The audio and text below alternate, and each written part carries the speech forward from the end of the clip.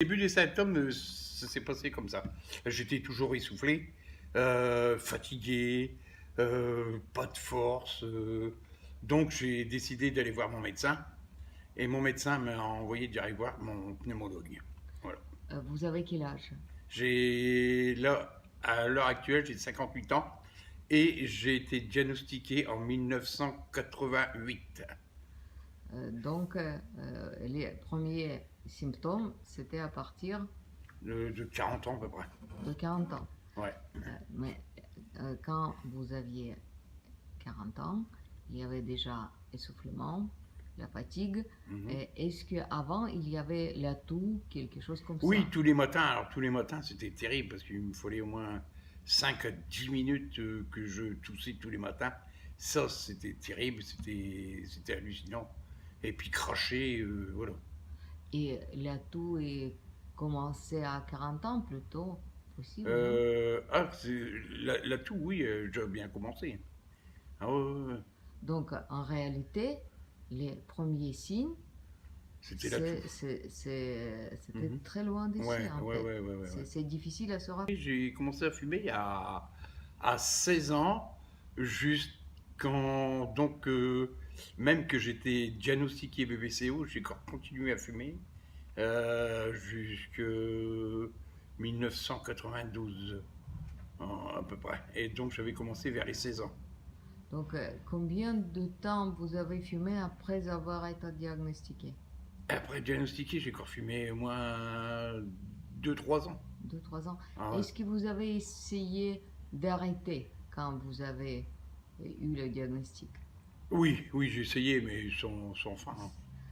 Combien de fois il fallait essayer? Combien? Ah, combien de fois j'ai essayé? Trois Oui, quatre fois. 3, 4 fois. Et puis, d'un jour à l'autre, j'ai arrêté.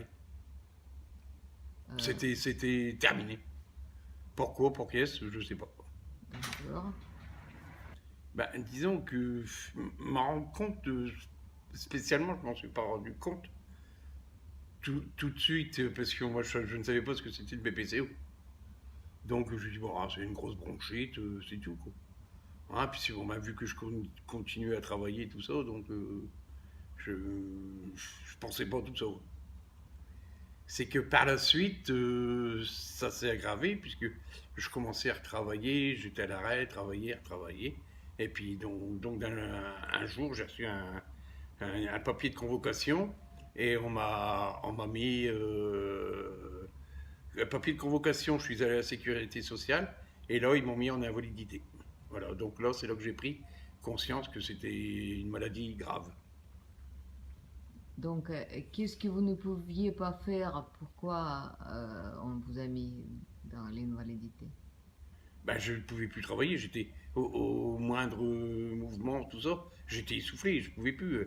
Et je m'étais, pour décrocher ma remorque du camion, hein, puisque j'étais routier, je mettais 45 minutes. Alors, en général, il faut 5 minutes. Donc voilà. Euh, Quand vous avez fumé, quelle était votre attitude vers le tabagisme?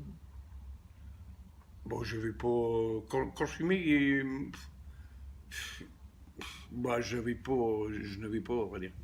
Je n'avais pas, non. Je disais, bon, il fallait que j'arrête, puis c'est tout, mais sans plus. Qu'est-ce que vous pensiez? Que c'est une habitude? C'est Ouais, ouais, quoi? sur le tabagisme, ouais, c'est une habitude, hein. C'est des gestes qu'on répète tous les jours.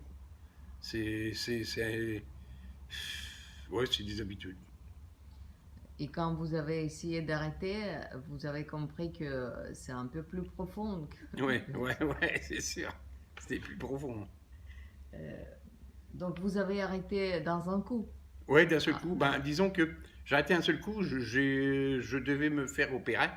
ah, Et donc, le chirurgien m'a dit, bon, il fallait arrêter l'alcool et le tabac 8 jours avant l'opération.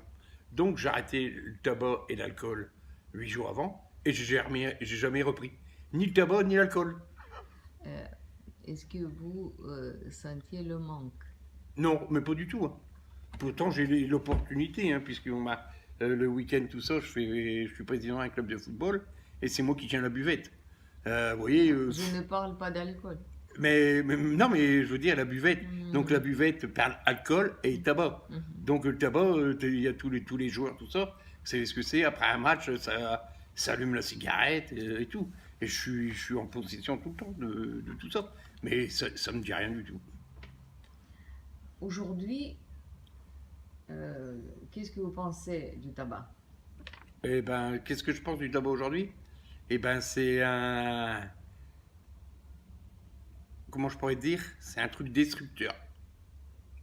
Il détruit les vies des personnes et puis voilà. Avez-vous le message pour les jeunes? Ne fumez pas, ne commencez pas à fumer et tout ira bien. Et si, s'ils commencent, il y a quand même la possibilité de les aider. Et si vous commencez et que vous fumez maintenant et aujourd'hui, il y a possibilité que vous faisiez aider et d'arrêter complètement.